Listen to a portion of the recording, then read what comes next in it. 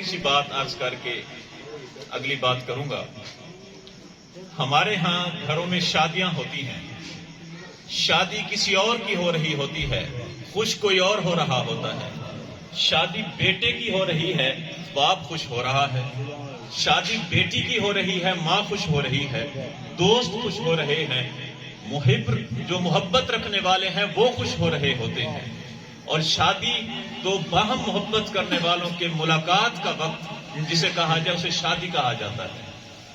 اور جب ہم آج کی اس محفل میں بیٹھے ہیں تو اس محفل میں ہم اسی خوشی کو بیان کرنے کے لیے بیٹھے ہیں جو رب نے اپنے حبیب کے ساتھ ملاقات میں محسوس کی تھی. اور یہاں پر تیسری بات یہ بھی یاد رکھیے گا کہ دوسری جو وجہ ہے کہ ہم ذکر مصطفیٰ سے ملنے والی معراج، اس معراج کی جو خوشی ہے وہ منانے کے لیے بیٹھے ہیں. تو کیا یہ خوشی کبھی کسی اور نے بھی منائی ہے 1400 سال میں یا نہیں منائی؟ تو میں آپ کو صرف ایک حدیث پاک سے بتا دیتا ہوں کہ شب معراج ہر سال سرکار کائنات صلی اللہ علیہ وسلم کو جب عطا ہوئی تو اس کے بعد ہر سال 27 کو صحابہ کرام بیٹھ کے شب معراج منایا کرتے تھے. سبحان اللہ. تیسری وجہ ہمارے یہاں پر آنے کی اور خوش بختی کی، تیسری وجہ یہ ہے کہ ہم میں سے ہر شخص اپنی زندگی کے کسی نہ کسی ایسے حصے میں ہے کہ اس کو یہ معلوم ہے، اس کے شعور میں ہے، اس کی سائیکالوجی جو ہے، اس کی نفسیات ہے وہ بتاتی ہے کہ ہم نے کبھی نہ کبھی خدا کی طرف جانا ہے. اب جب ایک بندہ مومن اس دنیا میں آتا ہے اس کی معراج در مصطفیٰ تک پہنچنا ہے. جو بندہ مومن اس دنیا میں آتا ہے وہ اگر معراج حاصل کرنا چاہتا ہے تو اس کے لیے ضروری ہے کہ وہ در مصطفیٰ تک پہنچے. یاد رکھیے گا در مصطفیٰ تک پہنچنے کے لیے ضروری ہے کہ محبت مصطفیٰ ہونی چاہیے. اور محبت کا تقاضا یہ ہے کہ جس سے محبت کی جاتی ہے اس کا کثرت سے ذکر کیا جاتا ہے. اور جب ہم یہ ذکر مصطفیٰ کرتے ہیں، جب ہم ذکر مصطفیٰ کرتے ہیں تو ہم اپنے سرکار کے ساتھ وہ اظہار کرتے ہیں کہ حضور ہم بھی آپ کے غلام ہیں، آپ کے نوکر ہیں، آپ ہمیں قبول کر لیجئے. اور یہاں پر ایک بات آپ کو کہوں، مشکات المصابیح کی حدیث پاک ہے، سرکار ارشاد فرماتے ہیں من تشبہ بقوم فہو منہم، جو جس کے ساتھ جس طرح کی تشبیہ رکھے گا وہ بروز قیامت انہی کے ساتھ اٹھایا جائے گا. آج ہم صحابہ کرام کی اس سنت مبارکہ کو کہ صحابہ کرام سرکار پر جو خدا کے انعام ہوتے تھے معراج سمیت ان کو یاد کرنے کے لیے بیٹھا کرتے تھے، آج ہم صحابہ کرام کی تشبیہ میں ان کو کاپی کرتے ہوئے ہم یہاں پر جب بیٹھے ہیں تو ہمارے لیے یہ خوش قسمتی ہے کہ آج کی اس محفل کی نسبت صحابہ کرام کے ساتھ بھی ہے. تو اس وجہ سے ہم اس طرح کی بھی خوش قسمتی میں ہیں. حتیٰ کہ یہاں تک بھی فرما دیا گیا، حضرت انس بن مالک رضی اللہ تعالیٰ عنہ راوی ہیں، وہ عرض کرتے ہیں کہ ایک بار ایک شخص آیا، ایک دیہاتی شخص آیا، آ کے عرض کرتا ہے حضور میں جنت میں کہاں ہوں گا، میں جنت میں کس کے ساتھ ہوں گا؟ سرکار نے فرمایا جس سے محبت کرتے ہوں گے اس کے ساتھ. اس نے عرض کی حضور میں اگر آپ سے محبت کروں، سرکار نے فرمایا میرے ساتھ ہوگے. تو سرکار نے ارشاد فرمایا جو جس سے محبت کرے گا وہ اسی کے ساتھ ہوگا. حضرت انس بن مالک فرماتے ہیں کہ ہمیں سرکار کی موجودگی میں دو خوشیاں خدا نے ہمیں عطا کی تھی. ایک خوشی ایمان کی تھی اور دوسری خوشی یہ تھی کہ ہمیں در مصطفیٰ ملا ہے. اور در مصطفیٰ سے وابستگی کی وجہ سے ہمیں جو سرکار کا قرب اس دنیا میں ملا ہے اور جنت میں جو ملنا ہے اس کی خوشی ایمان کے بعد سب سے بڑی تھی. تو اس وجہ سے میں اور آپ ہم سب، ہمارے چہروں پر یہ تازگیاں، یہ متانتیں، یہ ہمارے چہروں پر خوشیاں بتا رہی ہیں کہ ہم سرکار سے محبت کرنے والے ہیں. اور سرکار کی محبت کی نشانی یاد رکھیے گا، ہم جب نماز پڑھتے ہیں تو سرکار علیہ الصلوۃ والسلام سے صحابہ نے پوچھا یا رسول اللہ صلی اللہ علیہ وسلم نماز پڑھنے کے بعد یہ کیسے معلوم ہوگا کہ حاضری لگی ہے یا نہیں لگی؟ سرکار نے ارشاد فرمایا دوسری نماز کا جب انتظار کرو گے تو پتہ چل جائے گا کہ تمہاری حاضری لگ گئی ہے۔ تو ہم یہاں پر ایک بات ضرور کہیں گے کہ جب رب کی بارگاہ میں جانا ہو، یہ ایک توجہ کی بات ہے، یہ ایک باریک نقطہ بھی سمجھ لیں، یہ ہم سب کے لیے ہے۔ جب ہم رب کے پاس جاتے ہیں، اگلی ملاقات کے لیے ہمیں انتظار ہوتا ہے۔ کس کا؟ رب سے ملاقات کا۔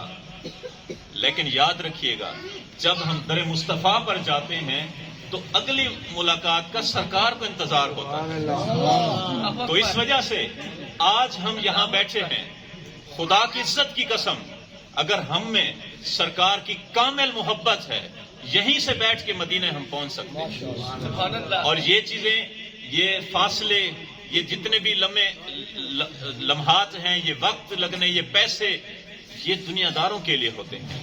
جو سرکار کے ہوتے ہیں، کبھی سرکار خود تشریف لاتے ہیں، کبھی ہمیں بلا لیا کرتے ہیں۔ تو اسی وجہ سے تو ہم کہتے ہیں نا کہ سنا ہے آپ ہر عاشق کے گھر تشریف لاتے ہیں، میرے گھر میں بھی ہو جائے چراغاں یا رسول اللہ صلی اللہ علیہ وسلم۔ نعرہ تکبیر، نعرہ رسالت، یا رسول اللہ، نعرہ خلافت، آچاریہ، حیدری، یا علی۔ آپ کے سامنے میں نے 4 قرآن پاک کی آیات تلاوت کرنے کا شرف حاصل کیا ہے۔ تقریباً 40 منٹ کا ایک وقت ہے، آپ قبول کر لیجئے گا۔ یہ 40 منٹ اپنی سماعتوں کو میں چاہوں گا کہ میری طرف متوجہ کریں گے تو انشاءاللہ ہم کچھ سیکھ لیں گے۔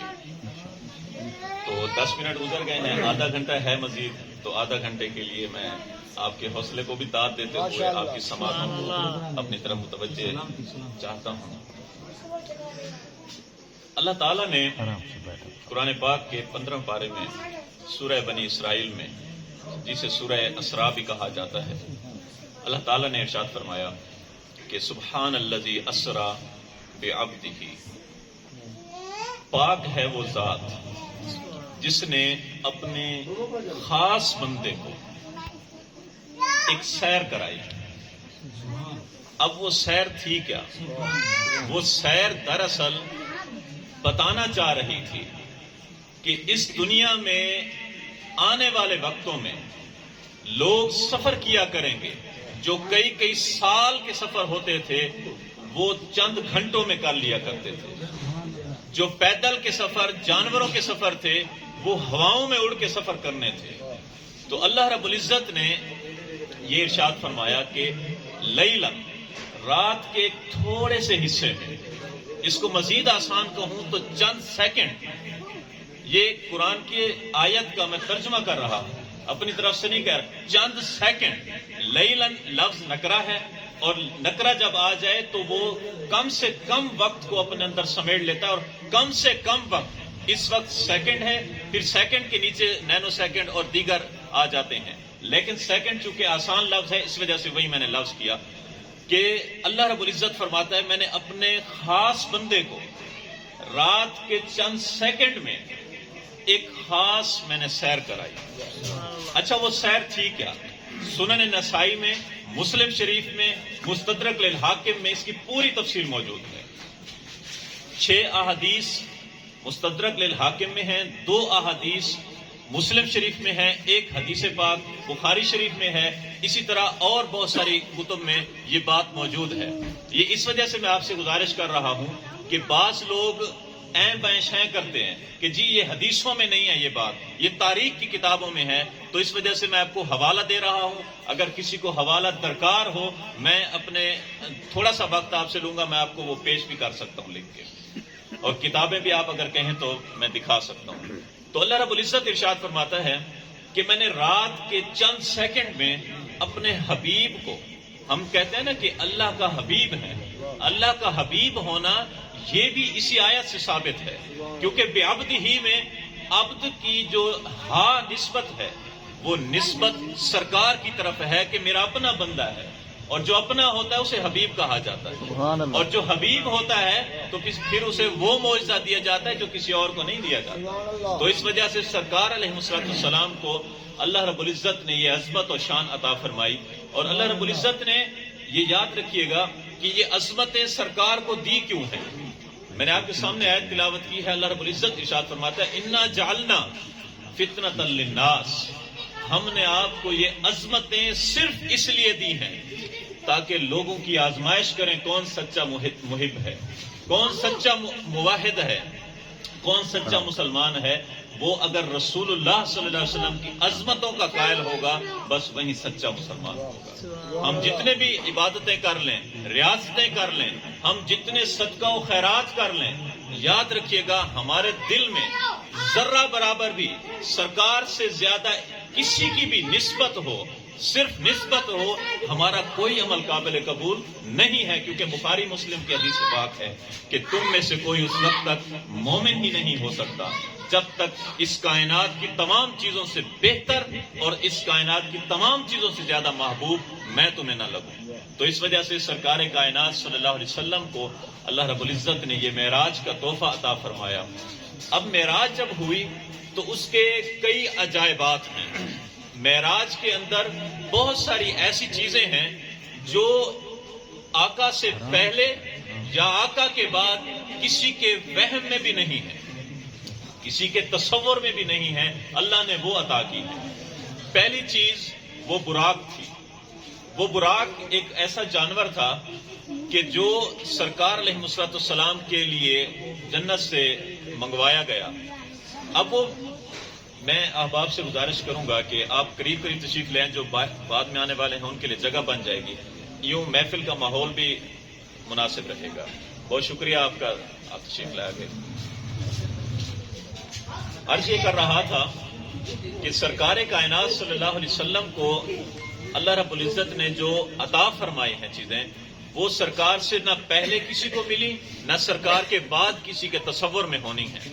اب جو براق لایا گیا تھا وہ ایک جانور تھا.